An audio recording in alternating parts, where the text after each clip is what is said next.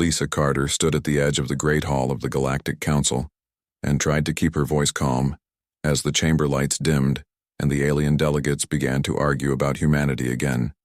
She could hear the sharp clicking sounds of the Phyrexian speakers as they called humans a danger to peace, while the soft-toned voices of the Ullan tried to suggest that maybe Earth had changed, but the rest only shook their heads and whispered about old wars and human violence, and how Earth spread too fast among the stars in too short a time.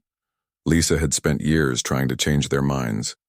She had spoken in this same hall more times than she could count, telling them that humanity was not what it once was, that humans had learned and grown. But it did not matter to them. For every success story there was always someone ready to remind the Council of Human Wars, and the way Earth rose from the ashes again and again. The vote came down to the same result, every time rejection. The Galactic Council rejected Earth's membership again and again until today. When they finally made it official, humanity was out of the Council forever, and no longer even allowed to attend as observers. She looked down at the datapad in her hand that showed the final vote. The word rejected blinked red in small letters on the screen, and she felt a cold weight settle in her chest. She walked out without a word, her steps slow and steady, while the alien guards watched her go in silence. Outside the hall, Commander Ethan Brooks waited for her, his dark eyes searching her face for any sign of hope, but he knew the answer before she even spoke. She looked up at him and said softly, "They fear us more than they hate us." And Ethan nodded. Once without surprise, they both stood there for a long time, listening to the echo of the closing chamber doors. The sound heavy, like the end of something big and final. He asked her what now, and she said, "We go home." And that was the start of it. Humanity turned inward after that, slowly at first, and then with purpose. No one wanted to depend on the Council anymore. The trade stations closed one by one. The diplomats left alien capitals, and the humans who had built lives among other worlds came back to Earth. Ships once filled with goods returned empty, but with determination in their crews on Earth, people began to build again, not because they had allies, but because they had themselves. Ethan was placed in charge of the new defense fleet formed by the United Earth Command, and Lisa was made the head of what was left of the diplomatic corps, but there was little diplomacy left to do. Most of their old partners followed the Council's orders and cut ties with humanity. Those who refused were pressured until they gave in. But the humans adapted as they always did. They built their own routes, their own networks, their own industries. Mars became a hub for new shipyards. The Moon held new factories. Titan turned into a mining world, and every colony found its purpose. Life was not easy, but there was pride in it again. People talked about the old Earth spirit, about survival and unity, and how no one else would ever decide their fate again. Lisa often met with Ethan in the command center orbiting Earth, where they watched the construction of new warships together. She would tell him that she still hoped for peace, and he would tell her that peace only came when one was strong enough to defend it. There were days when she wanted to believe him, and days when she could not. In those quiet nights, she would look up at the stars and wonder if the Council ever thought about what they had done. Perhaps they felt safer. Now that humanity was gone, perhaps they believed they had avoided a threat, but in truth they had created something new and stronger. Years passed. The Council continued their debates and politics as usual, while humans worked in silence, building faster engines and more powerful weapons driven by the memory of rejection. The scientists on Mars discovered a new energy field deep in the Perseid Rift, and the engineers used it to make ships faster than any the aliens could match. Amanda Brooks, one of Ethan's engineers, created new reactor cores that made ships small but powerful, and soon the first fleet of human-built long-range cruisers took shape above Mars. They named them Liberty Class, not for power, but for meaning. Freedom from dependence on anyone else. When the first ship launched, the entire planet watched it rise into the black sky, leaving behind a trail of bright fire that glowed like hope against the cold stars. The Council noticed, of course. Their spies saw everything they watched as humans grew stronger and wondered if they had made a mistake, but pride and fear kept them silent. They would not reach out first. They believed humanity would one day destroy itself again. And when that happened, the Council would be ready to pick up the pieces. But humanity did not fall apart. It stood taller. Ethan's fleet expanded, the colonies grew stronger, and trade flourished between the human worlds. Every new ship carried the same symbol, a silver circle broken by a rising line that meant no chains, no control, no surrender. Lisa continued to receive messages from neutral worlds asking for trade, even secret talks about forming alliances. Though she always refused publicly, she began to think that maybe one day humanity could lead something bigger, not by asking for approval, but by being the example. The Council had lost something they did not even understand. They had lost the chance to guide humanity when it needed it most. Now humanity had learned to guide itself. Ethan spent long nights watching the stars from his flagship, thinking about how strange it was that peace could feel so much like waiting for a storm. He knew it would come sooner or later. The Council could not ignore humanity forever. He hoped they would remember that it was them who chose rejection, not Earth, and that when the time came for contact again, humanity would no longer come with open hands, but with equal standing. The news channels across the colonies showed clips of children on Mars waving small Earth flags. While their parents worked in shipyards, everyone said the same thing: we build for ourselves now in time. The old anger began to fade, replaced by quiet determination. But deep down, everyone remembered how it began: a single vote in a room full of alien voices deciding that humanity was unworthy of standing beside them. Lisa often replayed that day in her mind, the faces, the words, the sound of rejection. And though she still wished for peace, she also knew that they would never beg for it. Again, when she met Ethan again years later on the bridge of the new flagship Horizon, she said, "We are not alone anymore. We just stopped waiting for them to accept us." He smiled faintly and said, "Then let them come when they are ready." And the ship moved forward into the endless dark, carrying with it the fire that could not be put out. A fire born not of anger but of pride. And the will to endure the stars did not belong to anyone but to those brave enough to reach for them. And humanity was reaching farther every day, and though the Council did not yet know it, the day would come when they would wish they had never turned them away. The years after the rejection were hard for everyone, but they also became the years that shaped the new human way, because Earth was no longer asking for help or waiting for approval from anyone. It was building everything from the ground up, and it was doing it with purpose and unity. People who once argued about borders or politics now worked together because they had no one else to rely on. The old fear of being left behind was replaced by the drive to stand alone. Ethan Brooks had become Admiral of the United Earth Defense Fleet by then, and he spent his days on the command deck of the Horizon, watching over the stars and thinking about how much had changed since the Council turned their backs on them. The colonies had grown strong. Mars was no longer a red desert, but a living world filled with green domes and tall towers. Titan's dark sky glowed with light from its massive refineries, and Luna had become the bridge between all human worlds.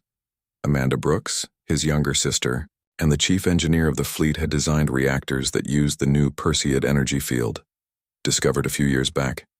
It gave their ship speed and endurance that no alien vessel could match. Humans now moved faster than anyone in known space, and they did it without Council help. But for all the progress, there was still a quiet sense of loneliness in the hearts of many people. Lisa Carter, now the head of all human diplomacy, worked hard to keep peace with small neutral systems that still traded with them. Her job was not easy because every message had to be careful. Every word had to sound strong but not hostile. She often thought about the old days when the Council halls were full of voices from 100 worlds, and how she once believed that cooperation would make the galaxy better. But now she understood something deeper. Peace was not given. It was built, and it had to be guarded every day. One evening, as she stood on the observation deck of the Horizon, she saw the fleet lined up in the black void, each ship glowing with soft blue light from its new engines. She remembered the first time she saw a human ship among alien ones back when humanity was small and uncertain, and now looking at these giants of metal and power, she could not help but feel pride. Ethan joined her at the glass and said quietly, "They still watch us?" Lisa asked who, and he said, "The Council. Their probes come close every few weeks. They think we do not notice, but we do." And she said then, "Let them watch. Maybe they will learn something," and he smiled a little because he knew she still believed in hope, even when the rest of them had stopped. The next morning, reports came from the Vega frontier, the edge of human space where colonies met the unknown. A group of merchant ships had been stopped by unknown vessels they claimed to be neutral traders, but their transponders carried council codes. Ethan listened to the report with a frown and said, "They are testing us, Amanda," who was nearby said maybe they want to see how strong we have become. Lisa suggested that maybe it was a mistake, but deep down she knew Ethan was right.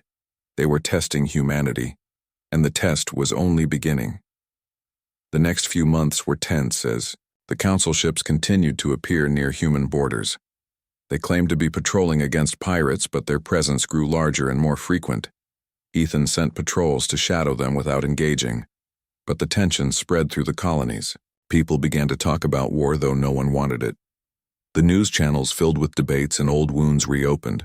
Some said humanity should attack first, and others said they should stay quiet and strong. Ethan stood before the Defense Council on Earth and said, "We will not start a war, but we will not be caught unprepared either." And from that moment, new fleets were built faster than ever. Amanda's factories worked day and night, new shipyards opened on Europa and Ceres, and the hum of construction filled the void. Lisa tried to reach out through the few contacts she still had among neutral races, but most of them refused to talk. They were afraid the council would punish them. And soon the silence became total. One day a message came through from a small station on the edge of the Vega system. The signal was weak and broken, but the words were clear. "We found something. It was not pirates. It was council drones. We have proof." And then the line went dead. Ethan sent a rescue team immediately, but by the time they arrived, the station was gone. Only debris floated where it once was. The crew never found survivors, and the black box data confirmed it. The council drones were there, planting something unknown on human satellites. Ethan played the footage for Lisa, the cold light of the recording flickering over their faces as they watched alien ships move through human space without fear or hesitation. She said, "This is not a mistake," and he said, "No, this is a message." Lisa sent a final diplomatic request to the council, asking for an explanation. But no answer came, not even an acknowledgement that her message was received. That silence said more than any words could. A few days later, the first council patrol was spotted, again this time closer to the main colonies when human fighters tried to escort them away. The aliens refused, and when the confrontation turned violent, one of the drones exploded, damaging a human transport ship full of civilians. That explosion changed everything. It spread anger like wildfire across every human world. Protests turned into rallies, and rallies turned into calls for unity under one banner. Ethan knew war was near, but he also knew humanity was ready. This time, no one was afraid. The fleet stood ready. The colonies fortified their defenses, and even the smallest settlements sent supplies to the military.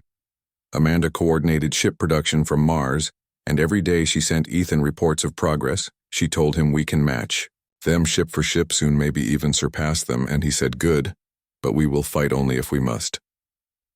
Lisa tried again to reach someone in the council through secret channels, but the few replies she received were short and afraid. One friend told her quietly, "They are planning something big," and then cut the line. The signs were everywhere.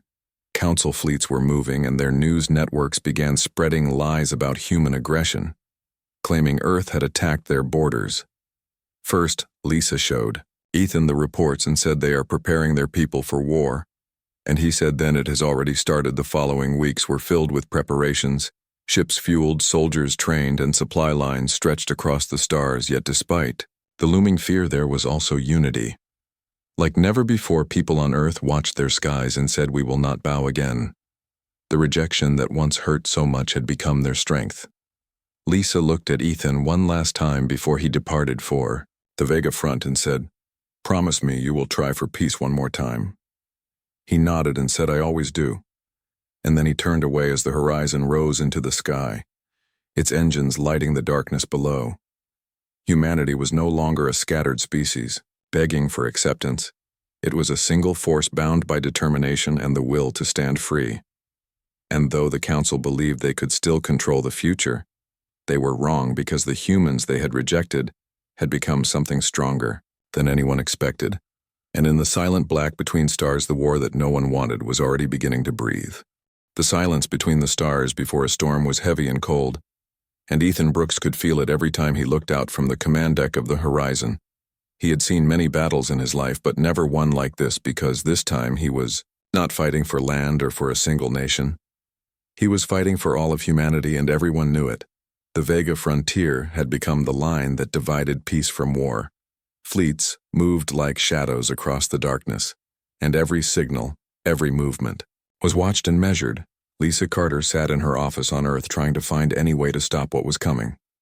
She sent message after message to the Council, but each one returned unanswered or ignored. Her aides told her that maybe the Council was divided, that some wanted war while others wanted peace. But no one knew for sure. It did not matter anymore, because the ships were already moving, and soon the talk would end and the fighting would begin.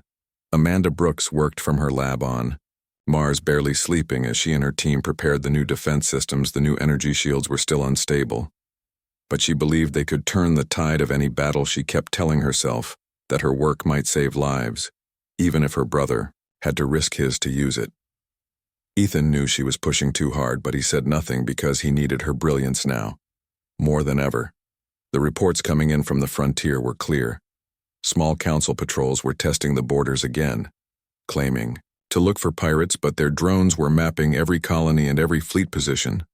When one of the human scouts intercepted their communication, it became clear that the council was gathering intelligence for a strike plan. Ethan played the intercepted transmission for his officers.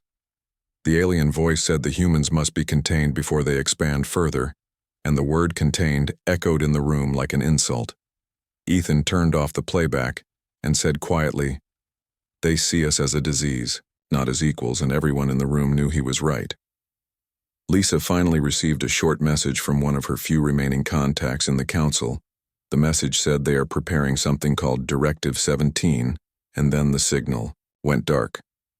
She tried to find out what it meant, but there was nothing in any record. The council had sealed it under high clearance. She went to the United Earth Command Council and warned them that something was coming, but no one knew how. Soon Ethan, meanwhile, ordered all ships to defensive positions along the Vega line. He told his crews to stay calm, but to be ready, because he knew that the first shot would not come from them. The days passed slowly, the tension building like a weight pressing on every heart.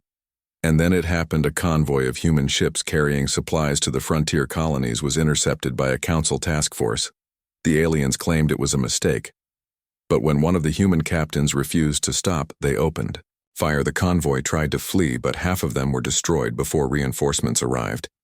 By the time Ethan's fleet reached them, the attackers were gone, leaving only wreckage floating among the stars. The news spread fast and anger swept through every human world. Lisa tried to calm the governments, but the people wanted action on Mars. Workers volunteered to serve as pilots, and soldiers on Luna shipyards doubled their pace.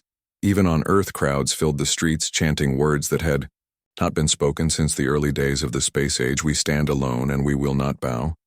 The council made no public statement, but their fleets began to move from all corners of their territory, forming near the neutral zones. The old fear of humanity that had driven them to rejection was now driving them to aggression. Directive 17. It seemed was not a policy, but a command to subdue humanity before it became a true rival. The council believed they could control the outcome with a show, a force they thought humans would submit once again. But Ethan knew better. Humans had built their strength from being underestimated, and that mistake would cost the council dearly. The first major clash came near Vega Station, a small outpost guarding the border. When sensors detected a large fleet approaching, Ethan ordered his ships into formation. He sent one final message to the approaching fleet saying, "This is human space, turn back or be fired upon." But the reply came cold and sharp, stating that the council had authority over all contested systems and that human expansion violated their charter. Ethan gave them one last chance, and when they ignored it, he said to his crew, "They wanted to see our strength, show them the horizon moved forward," leading the line as energy beams lit the dark like lightning. The first wave of council ships struck hard, but the human shields held. Amanda's new systems worked even better than expected, and the humans returned fire with precision. The Battle lasted for hours. The space around Vega burned bright from the explosions of ships, both alien and human. Ethan watched as his fleet fought with determination. No one broke formation. No one turned away. Even the smallest patrol ship fought, until its guns ran dry when the smoke cleared. The Council fleet was gone, retreating into the void, leaving behind wreckage and silence. Humanity had won its first battle of the war. But Ethan did not feel triumph, only sadness, because he knew this was just the beginning. Lisa heard the news on Earth and closed her eyes in quiet sorrow. She knew what it meant. There was no turning back. Now she gave a speech that was broadcast to all colonies, her voice calm and steady as she said, "We did not choose this fight, but we will not run from it either. We stand together now more than ever. We are one people, one will, one future." Her words spread through the systems, giving hope to those who feared what was coming. Amanda sat in her lab watching the footage of the battle, trying to find flaws in her systems and improve them before the next wave. She whispered to herself that she would not let her brother fight without the best tools she could give him.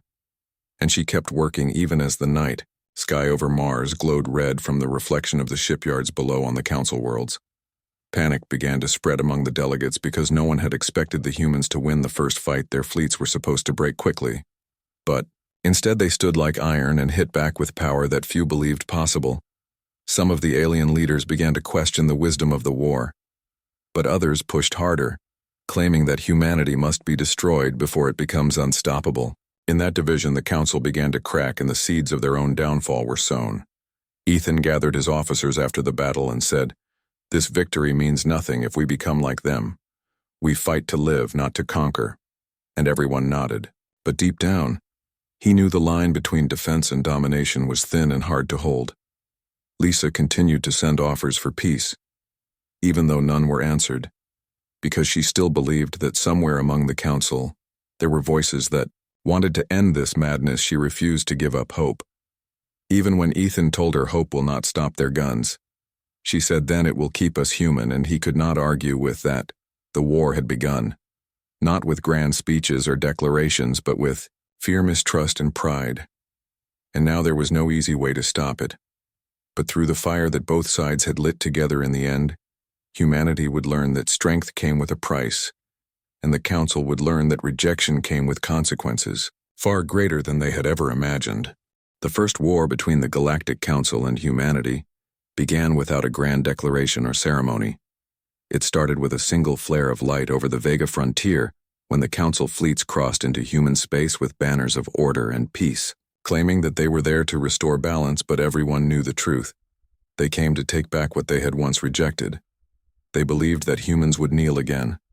They believed that fear would break them, but they had forgotten what fear had done to humanity before it had made them stronger. Admiral Ethan Brooks stood on the bridge of the horizon as alarms filled the air. His fleet stretched wide across the black sky, thousands of ships ready and waiting, each one armed with the new systems that Amanda Brooks had designed, engines that pulsed with blue fire and weapons that burned brighter than any star. The Council ships were larger but slower, their captains confident in old power and tradition. They expected humans to fall back to defend, to plead for peace. Ethan watched the incoming readings and said quietly, "They still do not understand us." He ordered the fleet to hold position.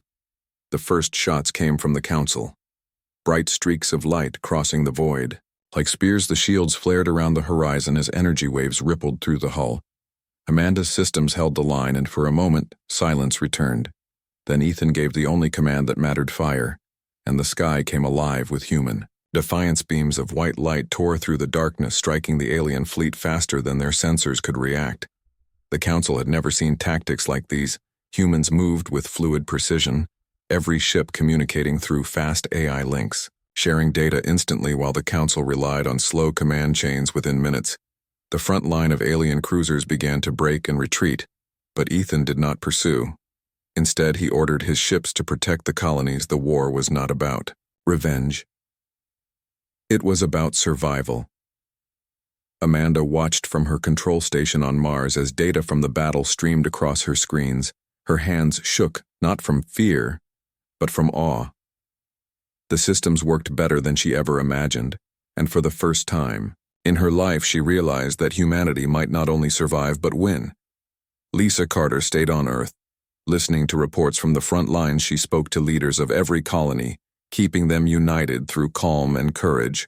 Her voice carried across the network, saying, "This is not a war for glory, this is a war for our right to exist." The people listened and stood firm. No one ran, no one surrendered. The council fleets grew desperate. They launched wave after wave. But the more they pushed, the stronger the humans became on Mars. Children watched the night sky as flashes of light marked battles far away, and parents told them to remember that this was the moment when humanity proved itself. The council command was in chaos. Many of their worlds began to question why they were fighting. Some said it was to restore order. Others whispered that it was because they feared what humans would become. But the truth was simple. They could not stand to see the rejected rise above them. They had built their pride on being the center of the galaxy, and humanity had shattered that illusion. At the Second Battle of Vega, the Council sent their largest fleet in centuries, hoping to crush the humans once and for all. Ethan met them head-on, his fleet smaller but faster. Amanda's new energy cores gave them unmatched mobility. They weaved through enemy lines like smoke, striking from every angle. The Council admirals tried to regroup, but their communications fell apart as human hackers broke into their systems and took control of half their drones. Panic spread through the alien ranks. Their ships collided, their formation collapsed, and within hours what began as an invasion turned into a rout. Ethan stood silent as he watched. Their retreat he did not celebrate because every victory cost lives. Every name on the casualty lists reminded him that survival always carried pain on Earth. Lisa spoke again to the people, reminding them that compassion must remain even in war. She said, "We fight for our freedom, not for their destruction." And though her words were noble, she knew deep inside that the Council might never understand peace again. Amanda visited the memorial walls on Mars where the names of the fallen were engraved. She placed her hand on the cold metal and whispered a promise to keep building better shields to protect the living across the stars. The human colonies had turned into fortresses, factories worked without rest, shipyards expanded, and in less than a year humanity had created what no other species had ever done. They built a self-sustaining network that no outside force could cut off. The Council finally realized their mistake. They had thought humanity weak, but now they saw a force, united by pain and determination. Their diplomats began to whisper about a truce, but their militaries refused to admit defeat, and the fighting continued. Though each day it became clearer who would stand at the end. Ethan met Lisa through a secure link, their faces tired and marked by the endless strain of command. She asked him if he believed the Council would ever stop, and he said, "They will stop when they have lost everything." And she said then, "They will come asking for what they once denied," and he nodded. Knowing that day was coming, Amanda meanwhile discovered something alarming in the captured Council data. She had intercepted plans for an attack on Earth itself, a desperate move to break human spirit. She sent the information directly to Ethan, who immediately prepared defenses. Earth had been at peace for years, but now the people rallied. Once again, thousands volunteered to defend the homeworld. When the Council fleet finally arrived near Earth, they expected panic. Instead, they found an army waiting in silence. Their ships filled the orbits, their weapons ready. The battle that followed was fierce, the largest the galaxy had ever seen. Beams of light turned the void into fire. Entire formations vanished in seconds, but the human defense held firm. Ethan's fleet appeared from hyperspace, striking the Council's rear lines with perfect timing. Amanda's shields absorbed every counterattack, and soon the enemy fleet was in ruins. The Council commander sent a final transmission begging for ceasefire. Ethan stared at the screen and said, "You wanted control, now you get mercy." The battle ended with silence, broken only by the hum of engines and the soft voices of survivors reporting back across the stars. News spread faster than light. Humanity had done what no one thought possible. They had defeated the combined fleets of the Galactic Council worlds that once mocked them, now watched in awe and fear. Lisa stood on the balcony of the Earth Command Tower, looking up at the sky where flashes of the last battle still glowed faintly. She whispered, "They will come back. not as enemies but as beggars, and she was right, because somewhere far away on Arvalus Prime the council leaders were already meeting, in secret, trying to decide how to face the new power they had tried to destroy. They were not united anymore. Fear and regret filled the hall as they realized the truth. The humans they rejected had become the guardians of the stars, and now the galaxy would have to learn to live under their light. Years passed after the last great battle and the stars became quiet again. The scars of war still marked the edges of human space, but there was peace, not the peace of treaties or promises, but the peace that comes when one side learns that it can no longer win. The Galactic Council had withdrawn from the borders, their fleets broken, their pride shattered, and their worlds filled with questions they had never asked before they watched humanity from afar, trying to understand how a young race, with so little, had become something that even ancient powers feared. Admiral Ethan Brooks, now older, but still sharp, commanded the new fleet of the Line, a force that did not seek war but ensured that no war would ever come again. His ship, the Horizon, now a symbol of human unity, drifted quietly in orbit above Mars from its windows.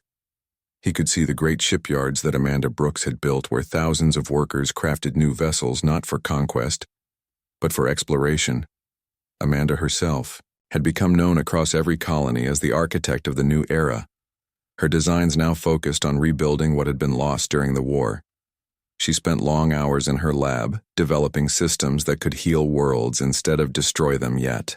Sometimes when the stars were bright, she still thought of the battles and the screams and the moments when the line between victory and extinction had been so thin. She wondered if peace could ever truly last. Lisa Carter now led the United Colonies, her voice still steady and calm. She guided billions through the hard years of recovery, making sure that humanity did not repeat the mistakes of the Council. She often said, "Power without purpose is the start of ruin," and her words became the foundation of the new charter that defined human space not as an empire, but as a network of free worlds working together.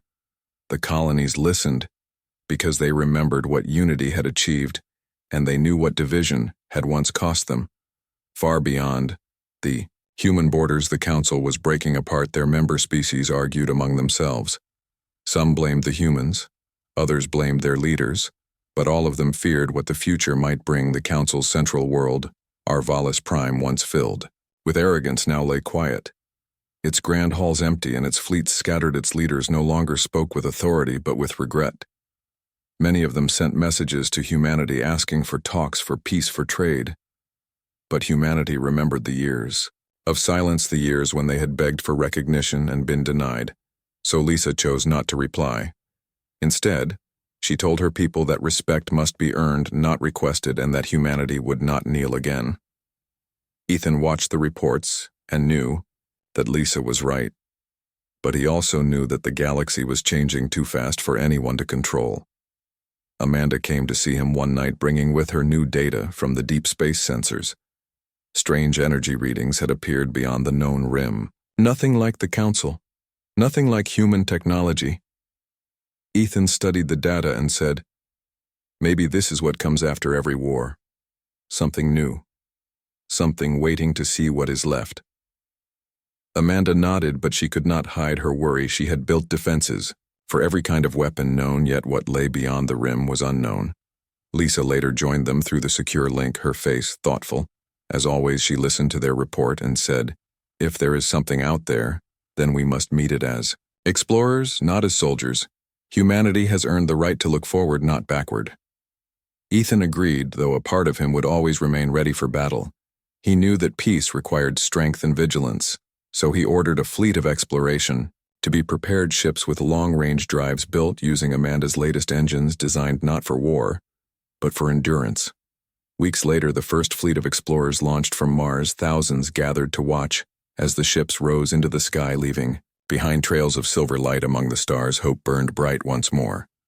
The transmissions from the fleet spoke of wonders, unseen worlds glowing with strange colors, ancient ruins that hinted at civilizations older than any known in time. The reports reached even the Council worlds, who began to send their own explorers, some human, some alien, working together for the first time in centuries. It was Amanda's technology that made this possible. Her designs now freely shared across the stars because she believed that knowledge must never again be locked behind pride. Ethan still commanded the horizon, but now his missions were peaceful.